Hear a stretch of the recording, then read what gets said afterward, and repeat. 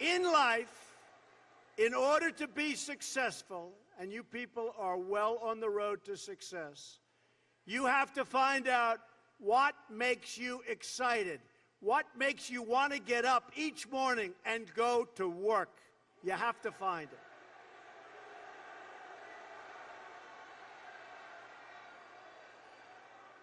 If you love what you do and dedicate yourself to your work, then you will gain momentum. And look, you have to. You need the word momentum. You will gain that momentum. And each success will create another success. The word momentum. I'll tell you a story that's very interesting for me. When I was young, there was a man named William Levitt, Levittown. You have some here, you have some in different states. Anybody ever hear of Levittown? And he was a very successful man, became unbelievable. He was a home builder, became an unbelievable success, and got more and more successful. And he'd build homes, and at night he'd go to these major sites with teams of people, and he'd scour the sites for nails and sawdust and small pieces of wood, and they'd clean the sites so when the workers came in the next morning, the sites would be spotless and clean. And he did it properly. And he did this for 20 years, and then he was offered a lot of money for his company. And he sold his company for a tremendous amount of money, at the time especially.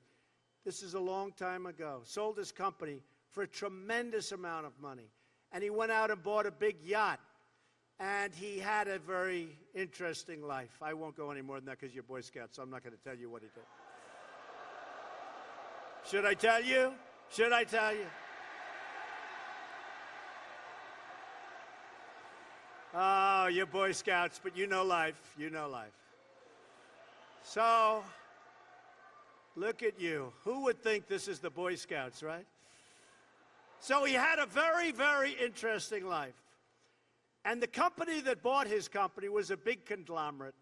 And they didn't know anything about building homes, and they didn't know anything about picking up the nails and the sawdust and selling it and the scraps of wood.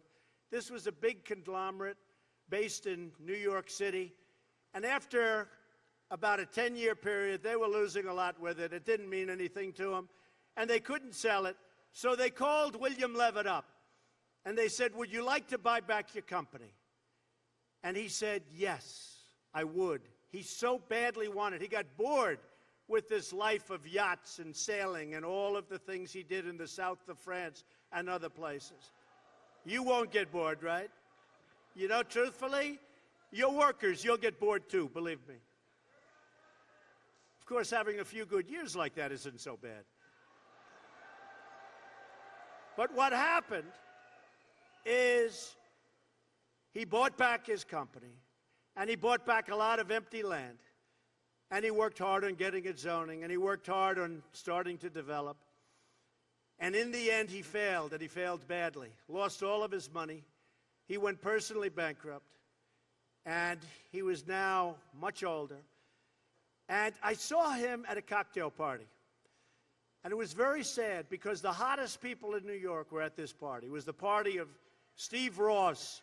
Steve Ross, who was one of the great people. He came up and discovered, really founded Time Warner. And he was a great guy. He had a lot of successful people at the party. And I was doing well, so I got invited to the party. I was very young. And I go in, but I'm in the real estate business. And I see 100 people, some of whom I recognize, and they're big in the entertainment business. And I see, sitting in the corner, was a little old man who was all by himself. Nobody was talking to him. I immediately recognized that that man was the once great William Levitt of Levittown. And I immediately went over. I wanted to talk to him more than the Hollywood show business communications people. So I went over and talked to him. And I said, "Mr. Levitt, I'm Donald Trump." He said, "I know." I said, "Mr. Levitt, how are you doing?" He goes, "Not well at all." And I knew that, but he said, "Not well at all." And he explained what was happening and how bad it's been and how hard it's been. And I said, what exactly happened? Why did this happen to you? You're one of the greats ever in our industry. Why did this happen to you? And he said, Donald, I lost my momentum. I lost my momentum.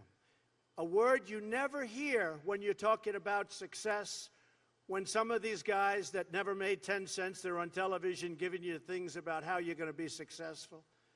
And the only thing they ever did was a book and a tape. But I'll tell you, it was very sad, and I never forgot that moment, and I thought about it. And it's exactly true. He lost his momentum, meaning he took this period of time off, long, years, and then when he got back, he didn't have that same momentum. In life, I always tell this to people, you have to know whether or not you continue to have the momentum. And if you don't have it, that's okay, because you're going to go on, and you're going to learn, and you're going to do things that are great. But you have to know about the word momentum. But the big thing, never quit, never give up, do something you love. When you do something you love, as a scout, I see that you love it. But when you do something that you love, you'll never fail. What you're going to do is give it a shot again and again and again. You're ultimately going to be successful. And remember this, you're not working. Because when you're doing something that you love, like I do, of course I love my business, but this is a little bit different. Who thought this was going to happen? We're, having a good time. We're doing a good job. Doing a good job. But when you do something that you love, remember this, it's not work. So you'll work 24/7, you're going to work all the time, and at the end of a year, you're not really working. You don't think of it as work. When you're not doing something that you like, or when you're forced in to do something that you really don't like, that's called work, and it's hard work and tedious work. So as much as you can, do something that you love, work hard, and never, ever give up, and you're going to be tremendously successful. Tremendously successful.